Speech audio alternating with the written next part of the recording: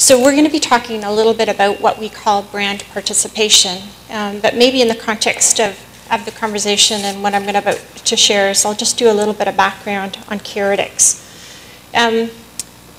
We provide brand and innovation communities for our customers. We work globally, many different languages, and kind of how we came to be was taking traditional innovation research methodologies and kind of clashing it with crowdsourcing. So we were born from crowdsourcing, and we brought these two things together to kind of come up with a new potential solution for the market. And we always talked about chaos and order in a system together, and so that's how we came up with our name.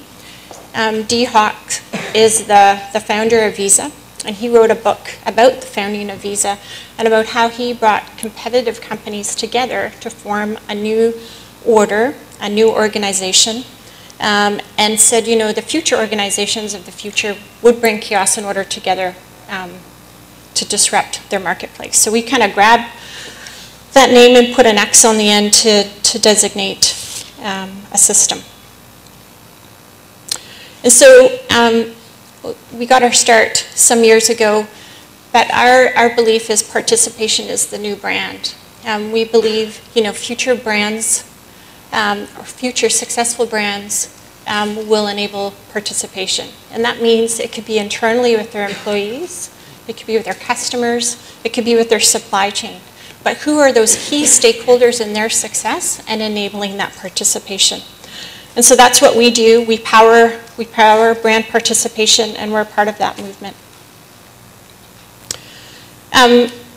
We've been doing this for some time, and we've got quite the history. We were spun out of another company called Cambridge House.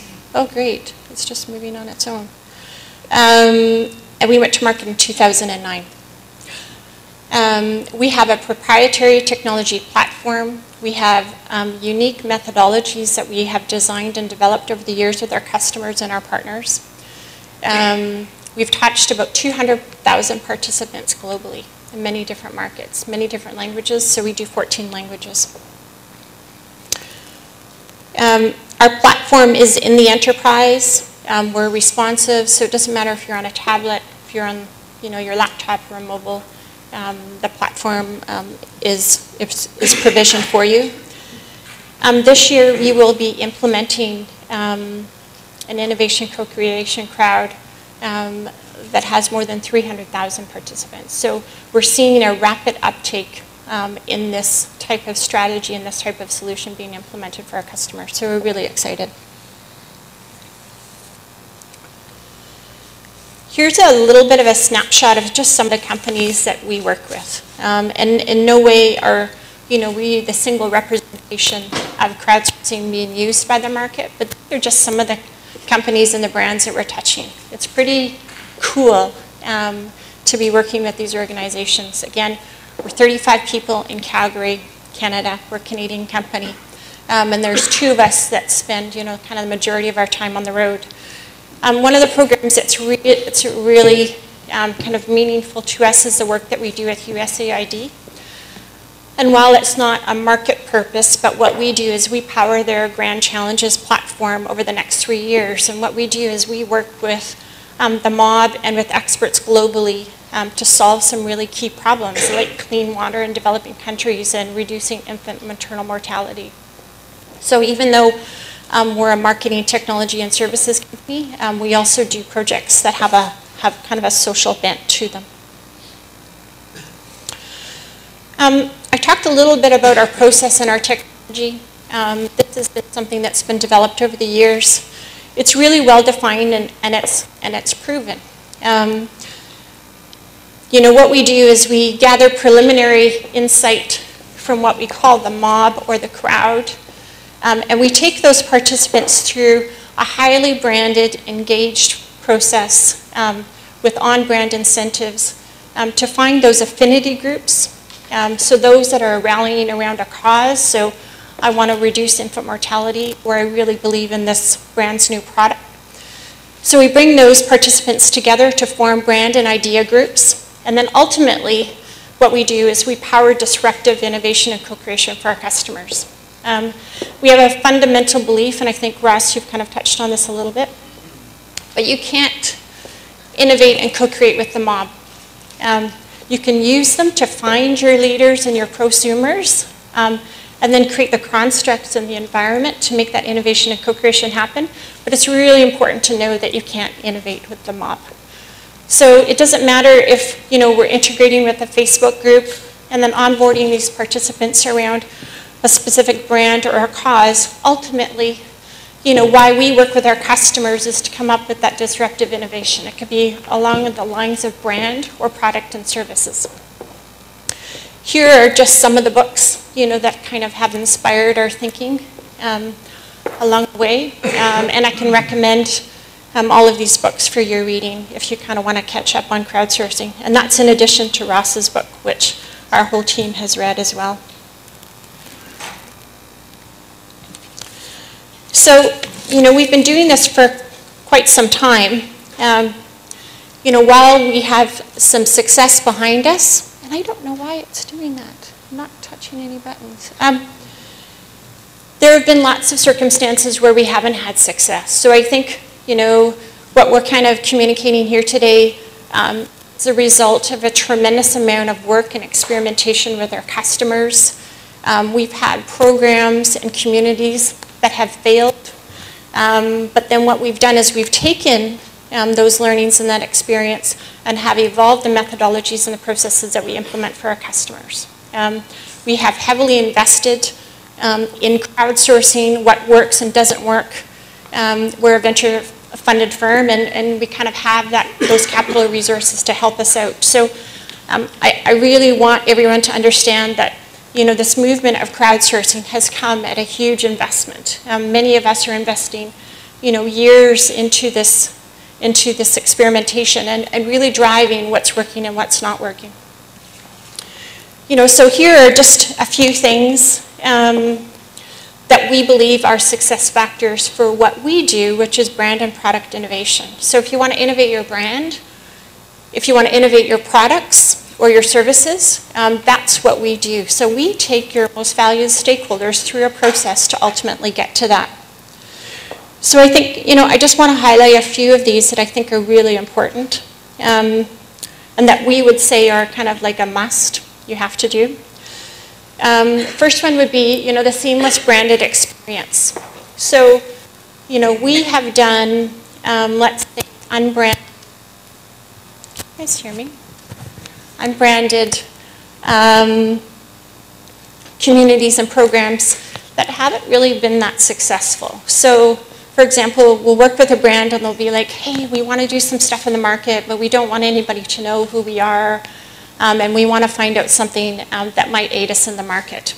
And we've done those programs with, I would say, some success, but I think it's really important, whether you're USAID or if you're Procter & Gamble, if you want to develop an authentic, real relationship with your stakeholders, just go out there and say who you are and do it. And so we really focus on creating a seamless branded experience. So it doesn't matter if you're a Facebook fan, and then on the Facebook page you get an invitation to come into one of the brands.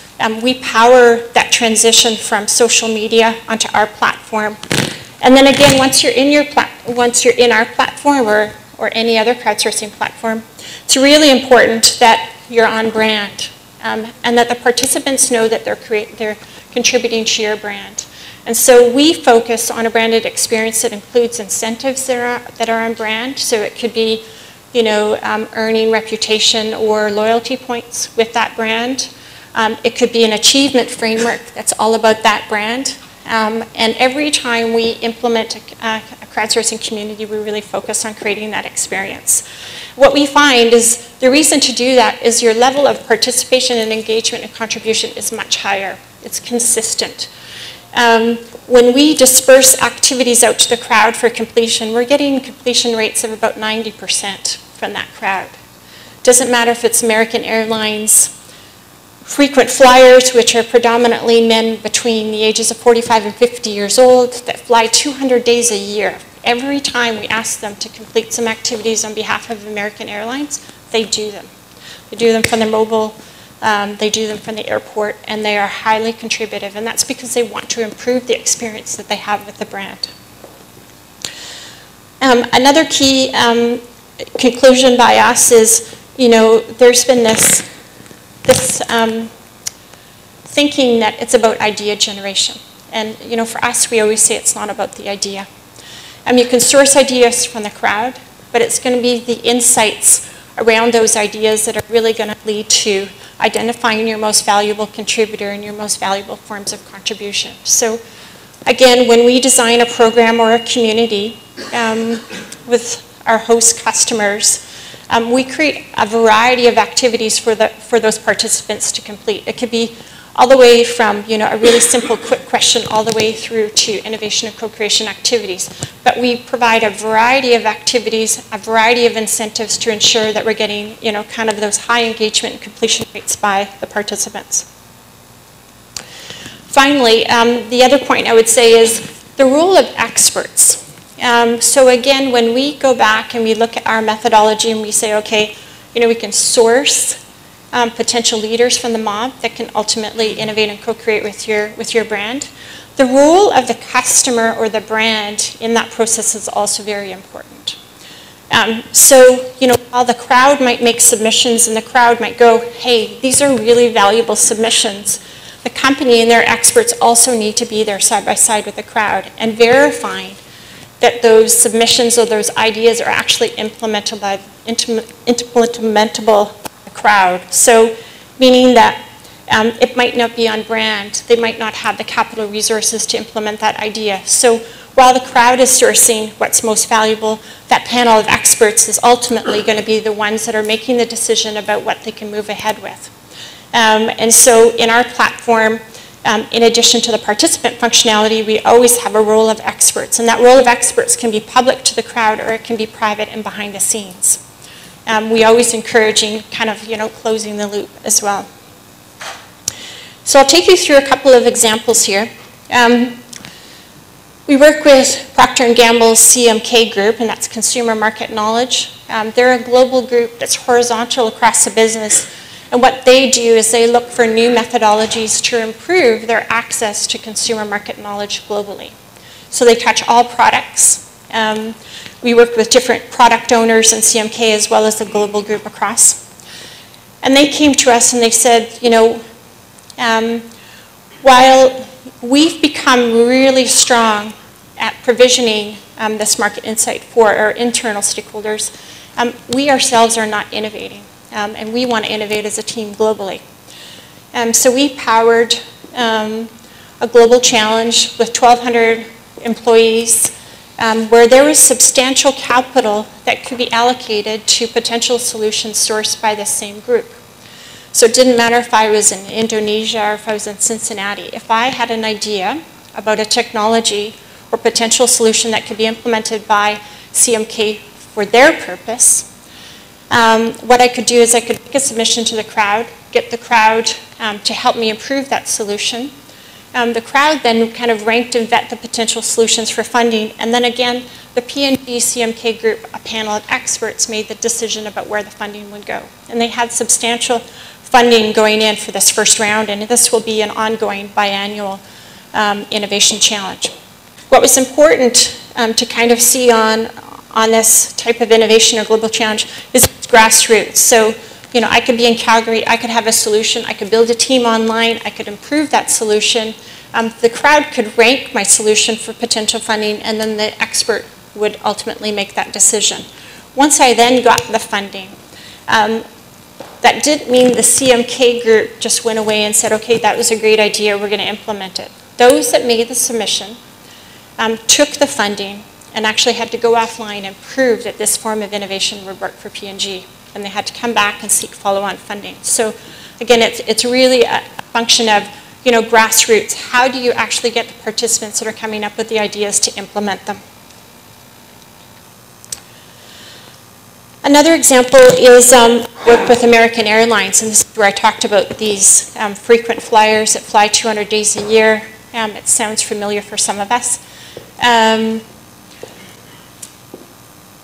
And Future Brand, who is the agency of American Airlines, came to us and said, hey, American's going to go through a rebranding process.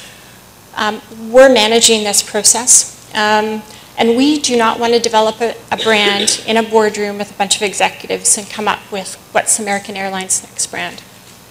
So what we did was we designed a one-time program with customers and employees in 3 different languages. It was a global community and a global program where Future Brand was able to seek insights that would go into the rebranding process. So again, a very participative process. And it was all the way from, you know, what would be the one thing that you would never take away from American Airlines branding, and it was, you know, leave the plane silver. Don't touch that. That's iconic to American Airlines, and that was, you know, that was a resounding piece of feedback that the crowd gave, all the way to, if you could imagine American Airlines at a party with all of its competitors, how would it participate in the party? And what was most admirable about that activity and that contribution? Today what we do is we power an ongoing community with American Airlines most frequent flyers. So there's 11,000 flyers that we have access to. On a monthly basis, give the crowd work to do. And it's all the way from quick questions to help us improve the in-flight experience of the plane to we're going to revitalize the Advantage program. What does it need to look like for you? What's most important? And then based on all of that activity and contribution by the crowd, they earn Advantage Air Miles. So again, their participation and their incentives inside of the community is on brand. So these participants want to improve their experience with that brand. One of the most recent programs that we did with American Airlines inside of this community was imagining the merger between American and US Airways. And so that's another activity that we're doing. And now we're actually spinning up another prosumer community specifically with US Airways. So I guess what we're seeing is, even though, you know, we've been in market and crowdsourcing has been around for a long time, this is just becoming a way for companies to do business. And we're seeing that, you know, we're getting specific requests from the market where they're saying, hey, here's my most valued stakeholder. It could be an employee group, it could be a customer group, it could be a supply chain, and we're working on something that's really interesting there in the energy industry. And developing a program in a community that gets that brand and product innovation. So it's becoming a standard way of doing business. So, you know, given all of this experience and, you know, how we kind of think that this is normal, and not all companies do, and you might be here today learning a little bit about crowdsourcing, we also see, you know, a pretty bright future. And we're constantly innovating inside of our customer communities and our employee communities all the time. And so some other things that we're kind of seeing, if we were to say, hey, what's next? The first point I have up here is this whole idea of commingling peer brands. So we're finding now that if we spin up a community or a program on behalf of one of our companies, our client companies, and one of our other clients will go, hey, I really want to sponsor an incentive or some content inside of that community. And then, you know, will I get access to the metadata or some of the output from that crowd? So bringing complementary brands together for a specific purpose is something that we're seeing. Another comment would be this whole idea of this prosumer talent pool.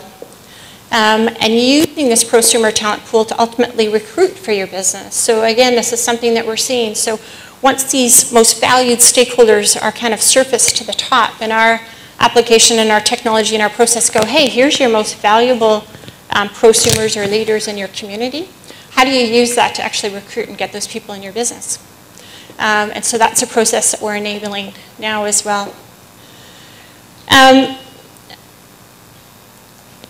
One more I would share is this whole idea of pre-buy and funding inside of the community. So with some of our especially our product-based communities, our product innovation, the crowd can vote and rank on ideas and submissions. But some of these host companies are going, well, actually, I want you to put your money on it. So would you pre-buy this product? And how much would you pay for it? And what's the value to you? So this whole idea of pre-buy and actually funding new ideas inside the community is something else that we're starting to see. And then finally, I would say, you know, mobile access. So when we're taking our client companies into emerging markets, it has to be via mobile. So it's kind of, that's just table stakes. Everyone's not on, their laptops. And I think it's becoming, really important for, that access and that brand participation to be democratized. So again, that's, something that we power. So that's kind of a wrap up. Participation in your brand, something that we believe in. And we've got some really cool announcements coming up with some of our customers in the coming days and coming weeks. So I hope you have a chance to follow us in our progress. And I'd love to hear a little bit from you about some of the challenges that you're facing around brand and product innovation. Shelly, how are your communities for USAID qualitatively different from the community that's a BNG, not in terms of the content, but in terms of the process, type of participation you're seeing? Yeah, it's a good question. So for example, we ran a challenge for USAID that was around, ideas, mobile ideas to counter human trafficking. And in that specific campaign, while it was social-based, we didn't have a crowd on access or on demand. So what we had to do is we had to go solicit sponsors and partners to bring that challenge to bear. So for example, wasn't Much Music, but it was MTV. They were a sponsor. So they were participating both as a brand sponsor as also general awareness. So what's different and unique about USAID is that that broad crowd that we might have to tap for potential solutions doesn't exist. So it's not like American Airlines going, here are my most frequent flyers. We have to actually build that crowd. And so partners are really key. There has to be a mechanism to communicate and distribute the message. The submission process might be very different. It might be private and blind versus public and collaborative with the crowd. And then that role of the experts, I would say, is much more pronounced. USAID actually had their participants and their experts, whether they were distributed, participating in the community too. So I would say that's a big difference is, the crowd isn't on demand, we have to build the crowd. How do you scale it? I mean, how do you scale the platform? There's probably two components to that. So the platform itself gets configured for the brand. And so that's kind of a technology platform. And so that's why, we can scale up to crowds of 300,000 participants. So the technology is built to handle that. And then the actual, branding and content is going to be unique to that brand. And so it's kind of added on top of the platform once we implement it. Do you mind defining prosumer a little bit better for me? Just what exactly, like I take your example of frequent flyers as a prosumer group. Is it broader than that? Or? A prosumer is someone that works proactively for you and your brand or your product. So for example, one of the communities that we run is HTC's Global Fan Group. And that's 5,000 participants globally. We're in one language right now. We're going to be implementing a Chinese version of it as well. And those participants are so active, that they kind of, they'll put something on their LinkedIn profile that says, I'm an HTC fan, or, I work for HTC inside of this community. And that community has a waiting list of participants trying to get in. And you actually have to qualify to be in the community based on your usage of HTC products and services. And you actually have to maintain a level of contribution and participation inside the community to maintain your position. So that would be, our ultimate model for what a prosumer would be inside of a program or a community. Are you finding better engagement when you work with prosumers? Is that? Yeah, absolutely. Well, and again, that's where you kind of get to the disruptive innovation and co-creation, is when you find that prosumer.